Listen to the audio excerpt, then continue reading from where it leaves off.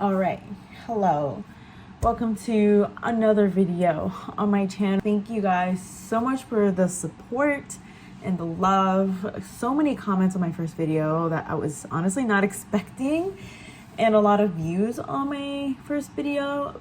So far, last time I checked was at 1.7 thousand views. Thank you guys so much, and all my new subscribers. Love you all very much. Now, today we're going to be talking about elderly hamster care. Now, this is a very important topic only because there will be a time where you need to be prepared for when that time comes and they pass away. And hard to be prepared for that moment, but you need to prepare that it will be happening soon, and you have to make sure you're watching the signs. Sometimes can be very sudden, or that your hamster is sick, and times when to go to the vet and not to go to the vet.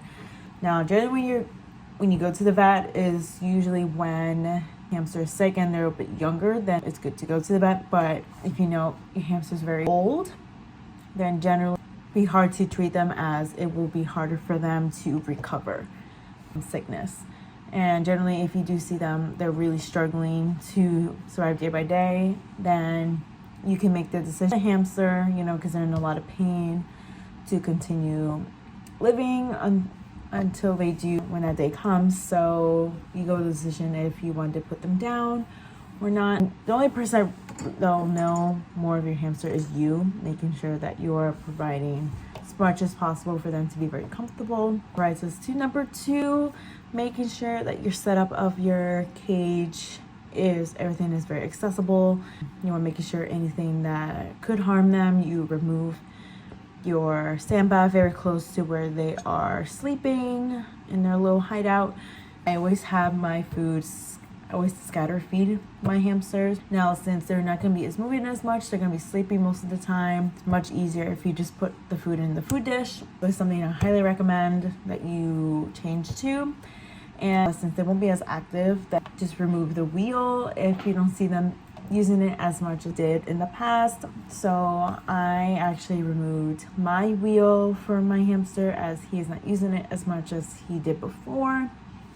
And as he's always been such a sleeper since I first got him, he's always been sleeping most of the time anyway.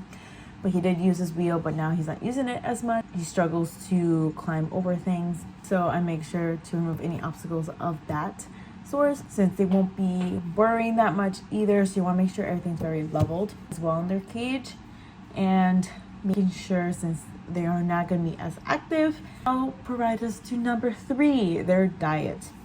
Now, you want to make sure change their diet a little bit. So since they're not going to be as active, they can easily gain weight. Ensure you are lowering their protein source just a little bit by 2%. Rule is, for protein, you have 17 to 19% protein, 6 to 15% of fiber, and 5 to 7% of fat.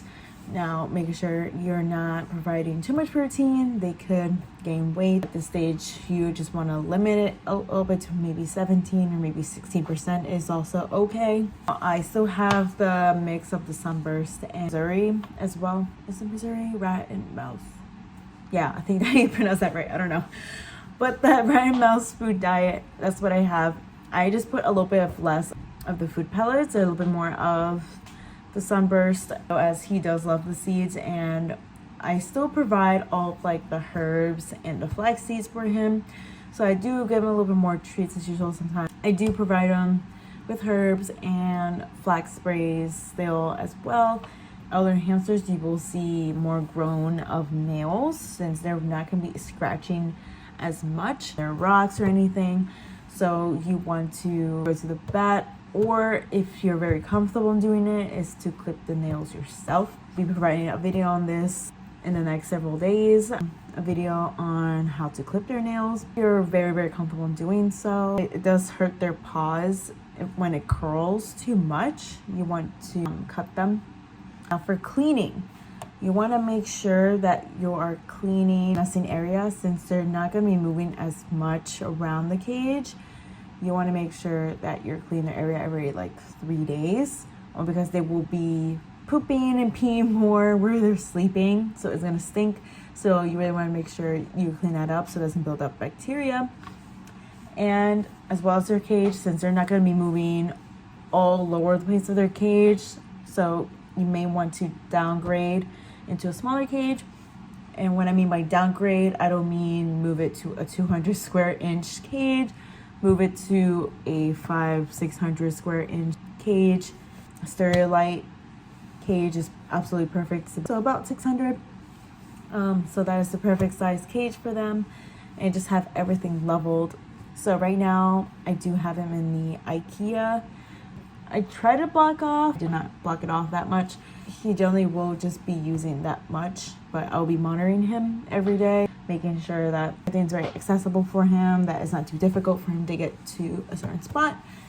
And that's very important to make sure of that. And just really be very mindful of your hamster, making sure that they're very comfortable every day. And if you see that at one point that they're not, then you decision if you do want to take them to the vet to put them down or not. Everyone's personal decision, but this is the care I'm giving my hamster, making sure he's comfortable as possible, making sure that everything's very clean for him, and generally they won't be grooming as much as they used to. So I make sure you just kind of clean off the areas that you don't, especially around their private area. You take a cotton swab, wet a little bit, and then you just clean the area a little bit off. And now I forgot the most important thing is I'm gonna add the herbs. So these herbs I actually got from the Redwood Grove shop, so you can find them on Etsy, and they also have I think they're on Etsy, but they also have a website. I'm gonna link that down in the description bar. So this just makes the cage smell really good, and also they can also eat this. It is very edible for them, and edible for us humans as well. It's actually good for tea. I have not tried this as tea, but I would not be afraid to experiment that. So I'm gonna add that to his cage. Right. So I usually add about a table or 2 tablespoons of this. I just add a little extra because that adds more of a texture in his cage as well, and it just smells really good. So generally he doesn't really eat much of the herbs, so that's why I like to add a little bit extra. Did add a lot. So generally you don't want to add too much, but since he's a little older, it's okay, because I do want him to have a beautiful last moments of his life, and it's okay to spoil a little bit and give him a little something, a little extra. Guys, thank you so much for watching, and if you guys like more of these videos, just hit the like and subscribe button, and leave a comment down below on whatever other video suggestions you guys want me to do, and I will see you guys in the next one. Bye.